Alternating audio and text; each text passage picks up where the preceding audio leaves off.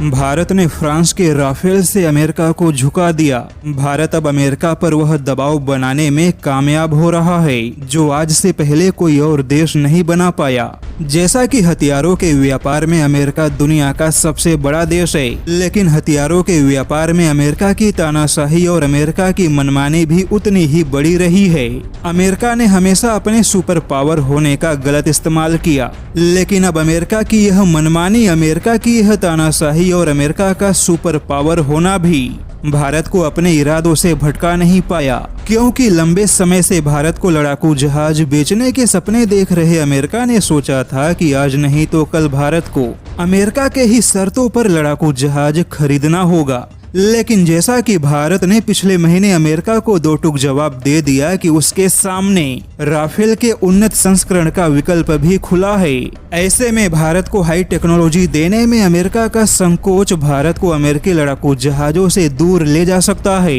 और अब कहीं ना कहीं अमेरिका को दी गई भारत की यह धमकी अपना असर दिखा रही है, क्योंकि अब अमेरिका अपने F-18 लड़ाकू जहाजों के शर्तों पर झुकता हुआ दिखाई दे रहा है।